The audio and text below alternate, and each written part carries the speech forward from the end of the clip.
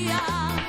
Si entrar en Asturias de noche o en el cielo de día, vivir en Asturias qué bonito es, tomar una sidrina y dormir de pie, y dormir de pie, y dormir de pie, vivir en Asturias qué bonito es.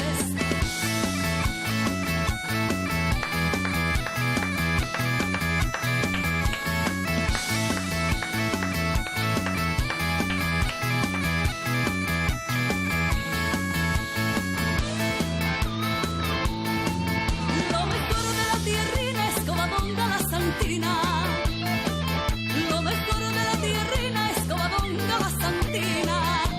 En ella encontramos consuelo, es la que sirve de guía. En ella encontramos consuelo, es la que sirve de guía. Vivir en Asturias qué bonito es, tomar una sidrina y dormir de pie, y dormir de pie, y dormir de pie.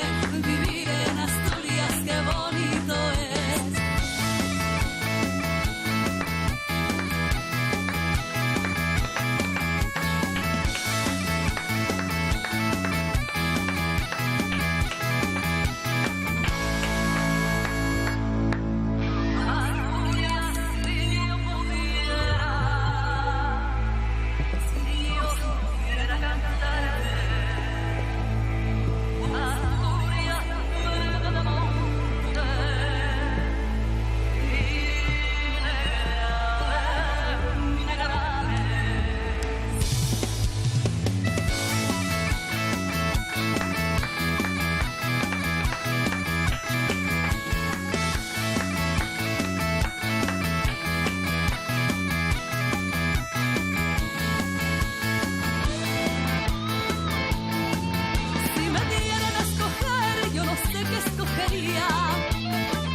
Si me dieran a escoger, yo no sé qué escogería.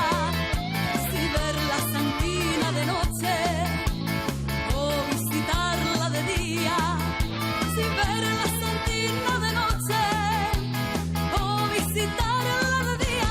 Vivir en Asturias qué bonito es, andar de parranda y dormir de pie, y dormir de pie, y dormir